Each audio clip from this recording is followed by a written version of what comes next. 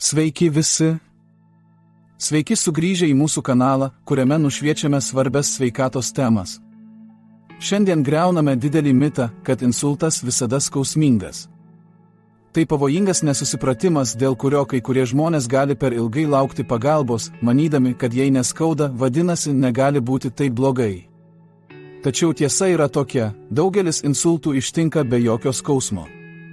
Šiame vaizdo įraše siekiama išaiškinti šią problemą ir užtikrinti, kad visi žinotų, kaip greitai atpažinti insultą, nesvarbu ar skauda ar ne. Insultas arba smegenų priepuolis įvyksta, kai užsikemša smegenų kraujotaka arba prasideda kraujavimas. Dėl to deguonis ir maistinės medžiagos nebegali pasiekti smegenų audinių. Dažniausiai skiriami du insulto tipai – išeminis, kurį sukelia užsikimšimas, pavyzdžiui, krešulys, ir hemoraginis, kurį sukelia kraujavimas. Dauguma insultų, ypač išeminiai, nesukelia skausmo, nes smegenys neturi skausmo receptorių, kaip likusi kūno dalis. Taigi, jei tai neskausmas, į ką turėtume atkreipti dėmesį? Simptomai gali būti staigus silpnumas ar tirpimas, ypač vienoje kūno pusėje, sumišimas, kalbėjimo ar kitų žmonių supratimo sutrikimai, regėjimo sutrikimai, vaikščiojimo sunkumai arba staigus galvos svaigimas ir pusiausvyros praradimas.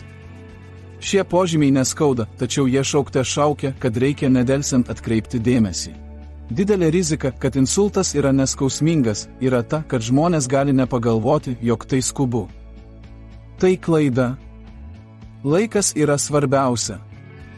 Gydymas geriausiai veikia iškart prasidėjus simptomams, o delsimas gali dar labiau pažeisti smegenis ir apsunkinti atsigavimą. Štai kodėl taip svarbu žinoti insulto požymius ir jais dalytis.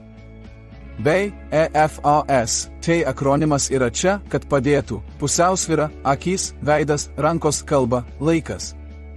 Tai greitas būdas prisiminti, į ką reikia atkreipti dėmesį ir kad, pastebėjus šios požymius, laikas nedelsiant kviesti skubę pagalbą.